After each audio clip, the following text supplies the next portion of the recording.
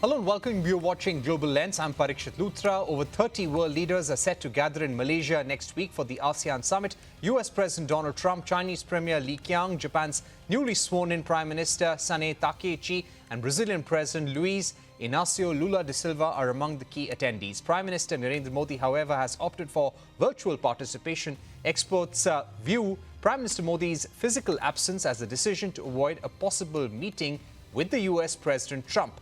This comes after Trump repeatedly claimed that India's plans to slash oil imports from Russia and credited himself for ending the conflict with Pakistan. Meanwhile, External Affairs Minister Subramaniam Jaishankar is expected to hold deliberations with his counterparts at the summit. The three-day event, beginning October 26 in Malaysia, will focus on promoting regional peace and stability through dialogue and economic cooperation. The 10-member grouping remains vital for India, given its Act East policy and its broader vision for the Indo-Pacific region. Joining us right now is Anil Wadhwa, former Secretary East in the Ministry of External Affairs. Ambassador Wadhwa, thank you very much for joining us. Give us a sense of Donald Trump's message at the ASEAN Summit and what ASEAN leaders will be expecting from Donald Trump by way of assurances. So, of course, President Donald Trump will be present at the ASEAN Summit, the East Asia Summit, precisely for one day. And he may not attend the main meeting unless it is shifted to the previous day when he is present. Now, there's another reason for that, because the Japanese Prime Minister, who's recently been sworn in, is supposed to host him in Japan from the 27th to the 30th. And in case that happens, then she will have to also leave the meeting for the East Asia Summit to receive him in Japan. And that means that host Malaysia will be looking to see if some adjustments can be made with that meeting. Of course, the ASEAN is grappling with a lot of issues, primarily the fallout from the Trump's tariffs on the ASEAN countries, since a number of them are export-dependent countries. However, at this meeting, it seems that there are no long-term announcements which could come about in terms of development cooperation or otherwise from the Trump administration, especially because the focus seems to be on presiding over the signing ceremony of peace between Cambodia and Thailand, in which President Trump would be presiding. So I have a feeling that the issues at hand, which the ASEAN countries face today, will be, of course, aired, but one does not expect much from by way of a pronouncement coming from the US side as far as these problems are concerned. Right. Ambassador Wadhwa, about India's presence. Now, this has always been a very important forum for Prime Minister Modi, given his Act East policy. The only time that he did not attend it was 2022. Why do you think Prime Minister Modi is not going this time around in person and participating only virtually? So I think Prime Minister Modi has conveyed to the Malaysian hosts that the timing is not right because of the Chhat Puja, which is going on, and the elections in Bihar are on the horizon early next month. He has a number of meetings which are lined up. And of course, earlier he had conveyed to the Malaysian hosts that he would be attending, but that doesn't seem to be possible now. There is, of course, a speculation, and I think your report also mentioned that he is perhaps not willing to meet with President Trump. I would not basically accept that kind of argument because, after all, he knew that President Trump was going to be present at the East Asia Summit even earlier when he had agreed to go. So we have, of course, a situation where in recent days, I would say over the last month or so, the negotiations between the United States and India on the BTA have been making progress. The two leaders have been talking to each other. And I think to say that he has avoided going to the East Asia Summit because of what Trump might or might not say to him, I think it's a little far-fetched. All right. I would also like to ask you about the importance of this grouping uh, at a time of global uncertainty. Do you think Anwar Ibrahim, the Prime Minister of Malaysia, when he meets ASEAN leaders and he meets the likes of Donald Trump, they would be seeking some sort of stability in trading relations, in tariffs and security guarantees?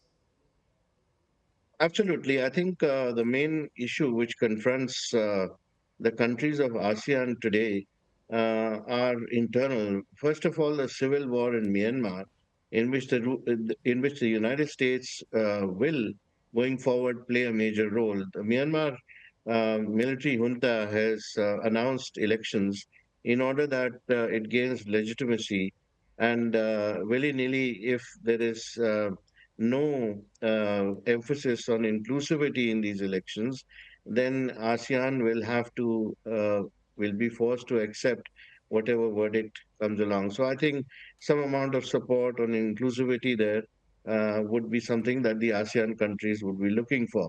The second issue is, of course, the code of conduct in South China Sea. The incidents between China and Philippines, in particular, have increased rapidly over the last few months, and United States remains the other primary power in the region. And so some amount of support from the United States for Philippines and for ASEAN and for maintaining in order in freedom of navigation, etc., would be something that ASEAN again would be looking to be pronounced from the United States side. Now, I must point out here that not all countries of ASEAN will be talking about this, because some of them, of course, do not want to take sides between United States and China, and some of them are also close to the Chinese view on what is happening in the South China Sea. So ASEAN would be divided in pronouncements on this issue. Third, of course, is the intensifying US-China confrontation in the region itself. So here again, I think there would be some kind of a reassurance being sought by the ASEAN that conflict will not happen and that confrontation would be reduced. And finally, as you rightly pointed out, is the dramatic shifts in the international trading system, which has been brought about by United States policies, especially tariffs on countries in Southeast Asia, many of whom are export-dependent countries. And some amount of relief going forward would be something that these countries would be looking to. But of course, in the current circumstances, where the United States administration is grappling with a number of countries around the world on the tariffs issue, I do not see any clear pronouncement coming out of the United States in this situation. Now, one more point that I Right. forgot to add was the question of Gaza, where the Muslim countries, Muslim majority countries in ASEAN, would be looking for some assurance. Right. I'd like to ask you about RCEP. There will be a summit of RCEP nations. Do you feel that India should possibly now start engaging with RCEP, should revisit its position for fostering closer ties with Southeast Asian economies? So there are two or three related questions here. One is, of course, the review between India and the ASEAN Free Trade Agreement, on which India would be seeking some sort of an assurance on fixed timelines by which it needs to end, because that process has been going on now for some time. On the other hand, India is, also sees that the IPEF arrangement, which was reached by the Biden administration with countries in the region, of which India was a part of, is now not being pushed any longer by the current Trump administration. So that means that India's integration into the regional economies is a must by whichever means it is possible. And of course, India will try to do that bilaterally by having this review and pushing for digital inclusion and services, etc., going forward. Also making sure that perhaps ASEAN economies invest in the PLI schemes in India. But Right. joining the RCEP negotiation, RCEP as such, or CPTPP, that's something which the government will have to take a call on, given the fact that there are a number of negotiations that the country is involved in at the moment. All right. My final question would be about China. Uh, what role would China play at ASEAN at a time when there is a difference between US and China on the issue of trade and tariffs, and the meeting between Trump and the Chinese premier possibly will also set the ground for the Trump-Xi meeting on the sidelines of the APEC summit in South Korea? You're absolutely right. I think China has traditionally taken the role of a champion of countries who are victims of so-called US policies. And in this case, they would certainly take up the tariffs issue, especially because China itself has been subjected to high tariffs by the current Trump administration. And of course, if there is a preparatory meeting before the meeting with Xi Jinping, then of course there would be some amount of ground which will be covered in this meeting. However, given the short stay that President Trump has at the East Asia Summit, I would not actually feel that this meeting would be necessary, especially if the meeting with Xi Jinping is fixed on the sidelines of the APEC summit. All right, Ambassador Wadhwa, thank you very much for joining us on the program, giving us your view on what will be the big takeaways from the ASEAN summit and the objectives of some of the leaders present there and what India would go out and achieve there as well. Thanks once again for being with us. We're taking a short break on Global Lens, but don't go anywhere. US has ramped up its pressure on Russia to end the war in Ukraine by imposing sanctions on two of the country's top oil companies. How will it impact China, India and the rest of the world? We will decode this with Geoffrey Pyatt, former US Assistant Secretary of State and former US Ambassador to Ukraine on the other side.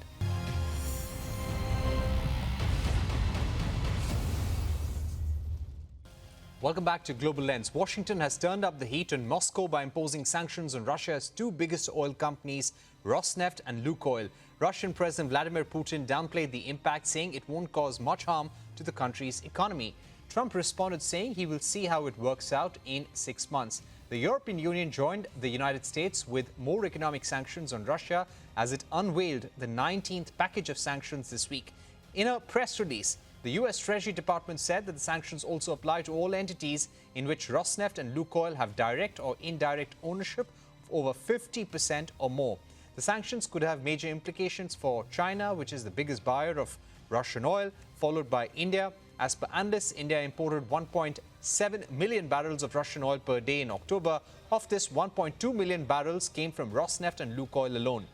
This sanction will also affect India's second largest private refinery run by Nayara Energy, which is a subsidiary of Rosneft. Trump's move is a double whammy for India, which is already paying a penalty of 25% tariffs to the US because of its Russian oil purchases. White House Press Secretary Karoline Leavitt said both India and China have begun scaling back their Russian crude imports. However, analysts believe that a complete ban on Russian imports by Indian refiners remains highly unlikely. Kepler estimates that Russian crude flows to India are expected to stay in the 1.6 to 1.8 million barrels per day range until 21st of November. Direct imports could decline post that, but Russian oil could continue reaching India through intermediaries. Indian refiners may also raise their purchases from the Middle East, Latin America, West Africa and the US, but that could increase the country's crude import bill. Historically, India has avoided oil imports from countries like Iran, Venezuela, when their oil was sanctioned by the US. At the Berlin Global Dialogue, Commerce Minister Piyush Goyal responded to the sanctions on Russian oil companies. Goyal said Germany is seeking exemptions from the US sanctions as Rosneft owns 3 refineries in the country. He also asked why India is being singled out. Notably, Rosneft's German business is controlled by German authorities. It was put under Germany's government trusteeship in 2022 after Russia's full-scale invasion of Ukraine. Its 3 refineries are among the most modern plants in Western Europe and account for 12% of total processing capacity in Germany. We're now joined by Geoffrey Pyatt, former U.S. Assistant Secretary of State for Energy Resources and a former U.S. Ambassador to Ukraine as well. Ambassador Pyatt, thank you very much for being with us here on Global Lens. Let me begin by asking you, are these sanctions limited to U.S. entities, or do they mean that any company or government entity anywhere in the world transacting with Rosneft and Lukoil will attract sanctions? And if that happens, what is the penalty there? So, Parikshit, first of all, great to be with you again. And what I would emphasize is that this represents a significant escalation by the Trump administration. Remember, it's been 8 months, and the Trump administration has declined to take any energy sanctions actions against Russia. But that has now changed. And you see the administration, led by Secretary Bessent, going foursquare against the two Russian energy giants, Rosneft and Lukoil. So the question of secondary sanctions, which you alluded to, is left ambiguous in the Treasury OFAC notice. But this is a clear message to the international marketplace that the Trump administration is not any longer going to tolerate business as usual in the Russian energy sector. I would also make the point that this measure clearly represents President Trump's frustration with President Putin's refusal to accept a diplomatic negotiated solution to the war in Ukraine on the terms that President Trump and his negotiators have been seeking to encourage. Do you expect, and I'm sure refiners, companies around the world would be seeking clarifications from the U.S. government, but do you expect the White House, the U.S. Energy Department and the U.S. Treasury Department especially to come out with a clarification on whether and under what circumstances would companies transacting with these oil giants in Russia face sanctions? So we have seen in the past, Parikshit, that generally companies will decline to do business with sanctioned entities in the category that Rosneft and Lukoil now occupy. You see already the signaling, for instance, from Reliance about their intention to reduce their exposure to Russian crude. But the devil is in the details. And as you said, a key question will be enforcement, because there's no doubt that Russia is going to continue to try to sell oil under the table, using its shadow fleet, using cutouts and middlemen. And my expectation is that the big global Indian companies that also do significant business in the United States are not going to want to expose themselves to the risks that come with that kind of transaction. I expect the same also from China's big state-owned enterprises.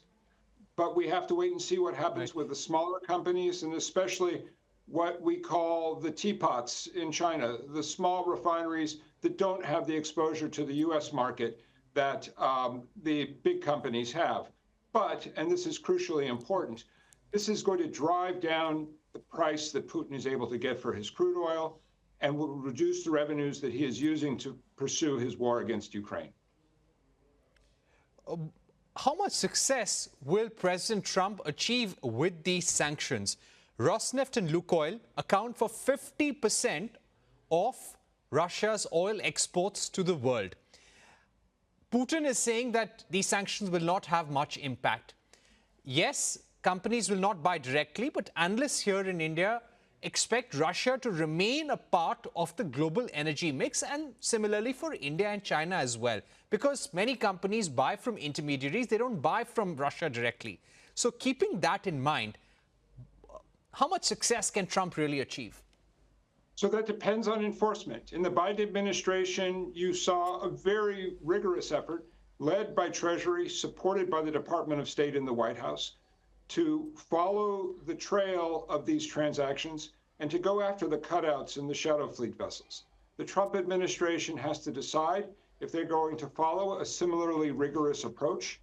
But it's important that Secretary Bessent said yesterday that these sanctions are not necessarily the end of the road, and that much depends on Putin's behavior going forward. I have a very different perspective from President Putin on the impact of these sanctions. We should have no illusions about the severity of these measures and also about the underlying weakness of the Russian economy, because over the past 4 years of the full-scale invasion, Putin has completely militarized the Russian economy. These oil and gas revenues are what is holding up his economy. And these measures will represent a significant blow, because in any scenario, the price that Russia gets for its oil operating under the table at the margins of global commerce is going to be significantly lower. And that will advance the goal of U.S. policy.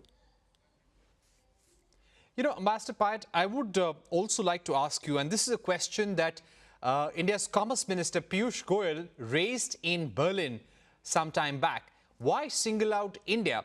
And this is a contradiction, isn't it? You've got the Germans seeking a carve-out for Rosneft. Rosneft has 3 refineries in Germany.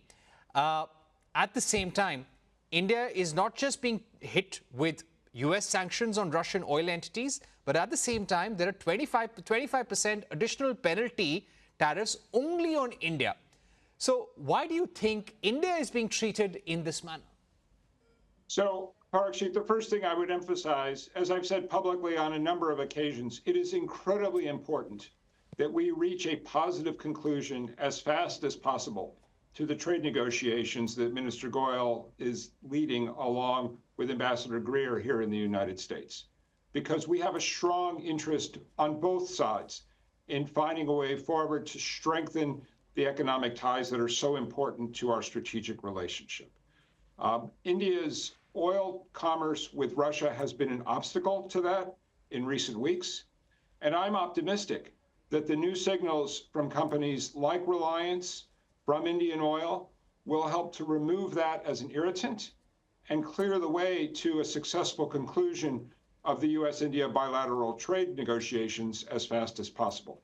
That will address the tariffs, that will remove a major obstacle to growing the strategic relationship in all of the sectors like aerospace and high technology that we began working on nearly 25 years ago in the next steps in strategic partnership. So let me put that aside, and I would differ with Minister Goyal's suggestion that somehow India has been singled out. I would also note, while Germany has asked for an exception in terms of these new sanctions, I've seen no evidence that the Trump administration is looking sympathetically at that request. And I think for India, there is a clear opportunity to diversify its energy flows. It's only in the past 4 years that India came to depend so heavily on Russia as a crude oil supplier. There are obviously tremendous opportunities for Indian companies to do more here in the United States as well, something I've discussed in the past in a very constructive way with Minister Puri and other Indian officials.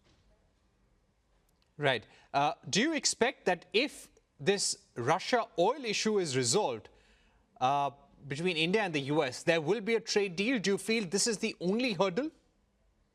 I'm quite optimistic. We were very close before, and I should say, the companies that I work with here at McClarty Associates now see a strong interest in the speedy conclusion of this trade arrangement, because as I've said in the past, you can't have a China plus one strategy in the United States without a strong and growing trade relationship with India. So we should find a way to move ahead quickly with this. I'm encouraged by the positive signals from President Trump in recent days, including following his calls with Prime Minister Modi. And certainly that's in the strategic interests of both countries. You know, my final question to you, Ambassador Pyatt, how much can the India-US energy partnership expand? As of now, we're told by the government that India's energy purchases, our oil purchases from the US, are already up 60% on a year-on-year basis. They have increased to around 299,000 barrels per day so far. And according to analysts, the upside is just to take it to about 400 to 500,000 barrels per day. And following that, there will be challenges. Possibly you cannot increase imports from US to any further point. And after that, maybe you'll have to focus on LNG imports. What do you think is the upside in terms of expanding the energy partnership? There's tremendous scope, Parikshit, to expand the partnership, because India has emerged as one of the world's largest energy importers for oil and gas. And the United States today is, in an unrivaled way, the largest crude oil producer in the world. We produce more oil every day, 13.6 million barrels per day, more than the two largest OPEC producers, Saudi Arabia and Iraq together. We are also the world's largest LNG producer. I remember just last summer at Gastech in Dallas, I was able to introduce Minister Puri to Mike Wirth, the CEO of Chevron. I know that there is strong interest from the Indian government in building those kind of partnerships with our largest oil companies, with Chevron, with ExxonMobil, and also, as you note, in the LNG sector, where you are going to see in the next couple of years massive growth in U.S. liquefaction capacity and continued growth in Indian demand. So there is a natural synergy, especially in the LNG sector, for Indian companies to sign long-term offtake agreements with American liquefiers, American producers, and then also to consider investments.